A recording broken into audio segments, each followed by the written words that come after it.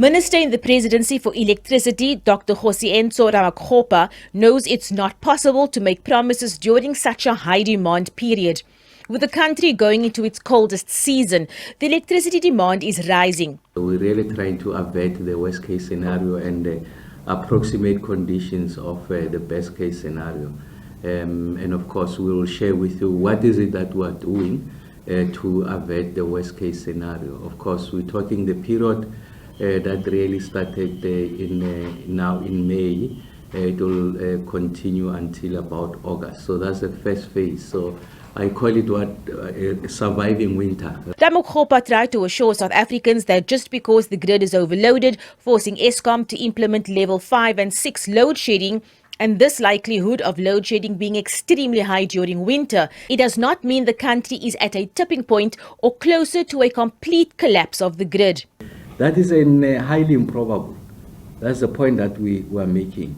And of course, we do accept that it is inherent in systems of this nature that you can have this catastrophic event, but it's extremely low given the kind of control measures that they exist in Eskom.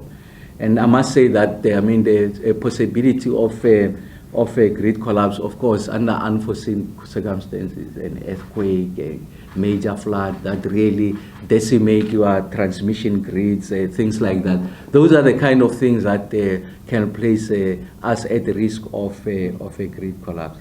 Ramokgopa's team says they are launching an intensive campaign known as the Winter Campaign to reduce demand and curb load shedding. Through this, they want to see a reduction in 3 or 4 months. They say previous campaigns of this nature have been successful. And this is building on what we've done before, because we had a very successful campaign in 2010. We were able to save over 3,000 megawatts. We did a successful demand-side campaign in 2015 as well, when we had significant problems. And here again, we're asking on citizens to be able to use electricity sparingly. The progress to date includes 2 hybrid projects expected to close by the end of June this year, which will add megawatts to the grid. Through Business for South Africa, the private sector has mobilized technical skills and capacity to support Eskom's generation recovery plan. And the Eskom debt relief bill, which is on its way to the NCOP for concurrence after being passed by the National Assembly, is a step towards addressing financial and operational challenges faced by Eskom.